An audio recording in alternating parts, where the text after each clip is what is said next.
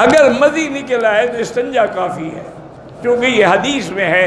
حضرت علی رضی اللہ عنہ فرماتے ہیں کنت رجلا مزا، میں بڑا طاقتور آدمی تھا اور مجھے مزی بہت آتی تھی۔ اب مجھے شرم آتی تھی کہ یہ مسئلہ حضور سے کیسے پوچھوں کہ میرے گھر میں حضور کی بیٹی ہے۔ میں نے کسی کو بھیجا کہ آپ جا کے مسئلہ پوچھیں، حضور نے فرمایا کہ استنجا کر لو اور وضو کرو، غسل کی ضرورت نہیں ہے۔ حضرت عبداللہ ابن زبیر تشریف لائے اپنی خالہ کی خدمت میں، بی بی عائشہ کے پاس۔ انہوں نے پوچھا کہ اماں جان، امہات المومنین، آج کل صحابہ میں اس مسئلے میں اختلاف ہے کہ وضو کرنے کے بعد اگر آدمی اپنی بیوی کو بھی ہاتھ لگا لے تو وضو ٹوٹ جاتا ہے۔ بعض صحابہ کہتے ہیں نہیں ٹوٹتا ہے۔ تو اب اس مسئلے کا حل تو آپ ہی بتا سکتی ہیں، کیا کبھی ایسا ہوا ہے کہ حضور پاک نے وضو کے بعد آپ کو ہاتھ لگایا ہو؟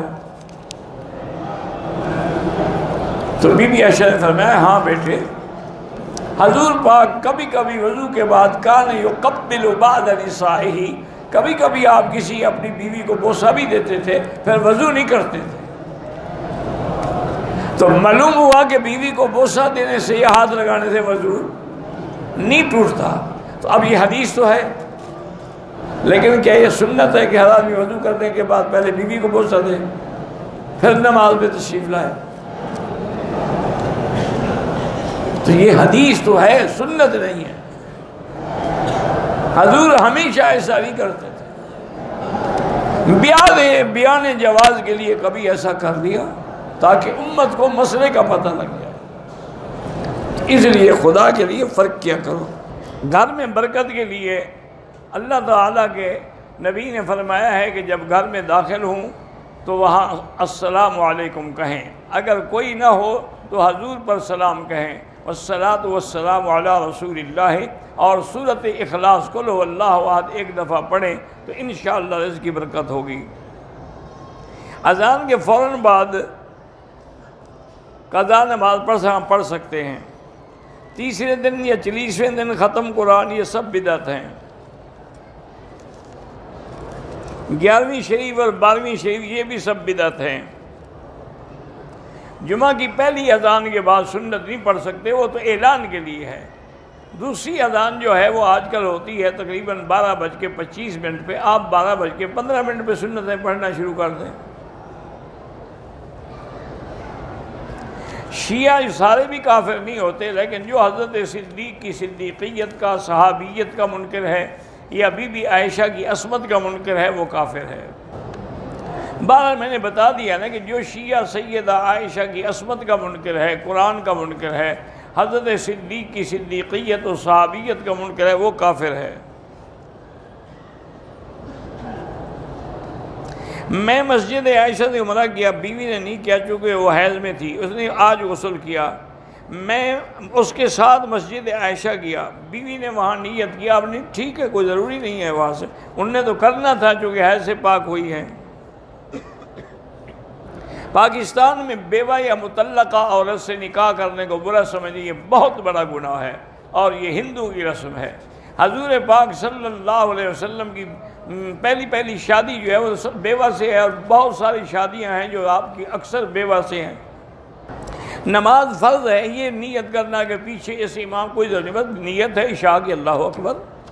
میری بیوی کو پتے میں پتھر ہے، اللہ شفا عطا فرمائے۔ ویسے میں نے پہلے بھی بتایا تھا کہ سسٹون نامی ایک دوائی ہے، وہ لیں تو انشاءاللہ بغیر آپریشن کے پتھری نکل جائے گی۔ روحانیت یہ ہے کہ دل اور دماغ متفق ہو، روحانیت کا معنی یہی ہوتا ہے۔ عشق رسول یہ بھی روحانیت ہے۔ اسلامی بینک سے قرضہ لے سکتے ہیں۔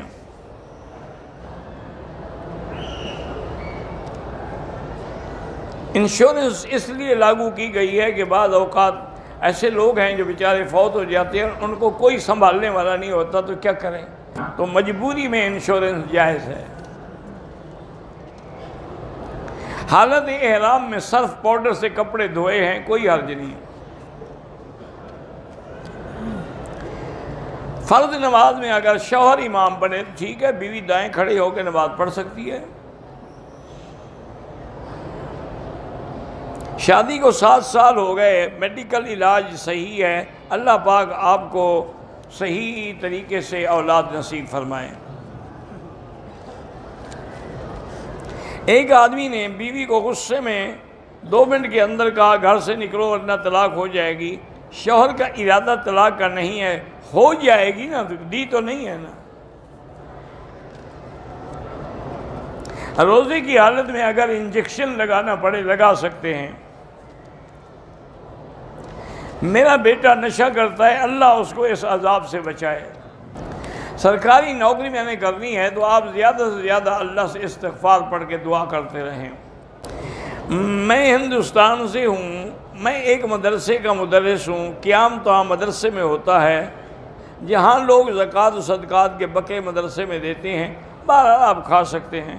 اگر آپ جائیداد والے ہوتے تو مدرسے میں تو نہ رہتے نا۔ 2 رکعت کے بعد پہلے تشہد کے آگے درود نہ پڑھیں، کھڑے ہو جائیں، درود آخری تشہد میں پڑھیں۔ معذور آدمی جو کرسی پہ بیٹھ کے نماز پڑھتا ہے وہ امام بھی بن سکتا ہے، اگر کوئی اور تندرست نہ ہو اور وہی پڑھا لکھا عالم ہو تو بن سکتا ہے۔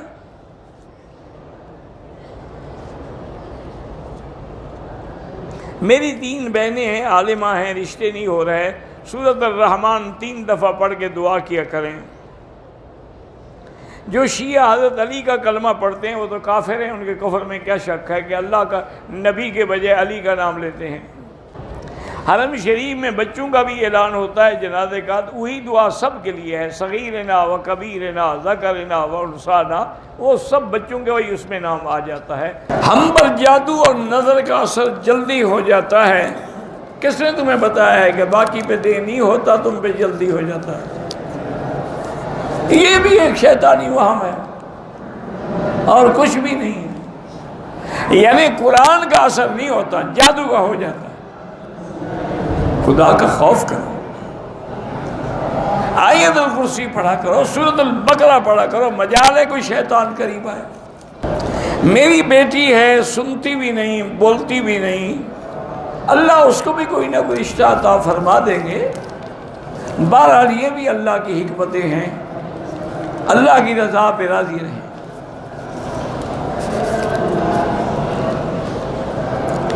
بھئی ہر بریلوی برا نہیں ہوتا، بریلوی میں بڑے بڑے علماء پیدا ہوئے ہیں۔ بات یہ ہے کہ اگر وہ اہل بدعت میں ہے، قبروں پہ سجدے کرتا ہے، چڑھاوے چڑھاتا ہے، 11ویں کے دودھ پیتا ہے، میلاد مناتا ہے، اذان سے پہلے صلاۃ و سلام پڑھتا ہے، یہ بدعتی ہے، اس کے پیچھے نماز جائز نہیں۔ رفع یدین کرنے والے کی بھی نماز ہوتی ہے، نہ کرنے والے، دونوں حدیثیں موجود ہیں۔ میں نے کسی کے لیے عمرہ کیا ہے، وہ فوت ہو گئے ہیں، انشاءاللہ آپ کو بھی پورا ثواب ملے گا۔ کچھ دن پہلے نماز فجر میں امام صاحب نے آیت تلاوت کی، سجدے کی، تو بہرحال جن نے سجدہ کیا الحمدللہ، رکوع میں چلے گئے تب بھی نماز ہو گئی، اور جو کھڑے رہے ان کی نماز نہیں ہوئی، دوبارہ لوٹائیں۔ عورت بھی جنازہ پڑھ سکتی ہے، ہاں جی پڑھ سکتی ہے۔ حیدرآباد سندھ سے کہ میری والدہ کے لیے، بچوں کے، اللہ آپ کی تمام حاجات پوری کرے۔ جن کی اولاد نہیں ہے اللہ ان کو اولاد صالح عطا فرمائے۔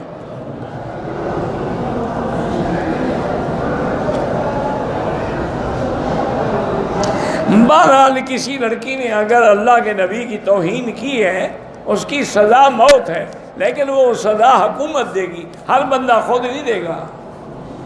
ایسے تو تمہیں جس پہ غصہ آئے گا کہو کو اس نے توہین کی۔ کہتے ہیں جی مجھے کہ اللہ آسمانوں میں ہے، اللہ کی ذات عرش پہ ہے، کما یلیق بشانہ، جو قرآن کہتا ہے الرحمن علی العرش استویٰ۔ قرآن کہتا ہے آمنتم من فی السماء۔ دیکھو نا، جب تم دعا کرتے ہو تو ہاتھ کیسے اٹھاتے ہو؟ کہ یوں اٹھاتے ہو؟ اوپر کوئی ذات ہے نا جس کے آگے مانگتے ہو۔ باقی جیسے اس کی شان کو زیبا ہے۔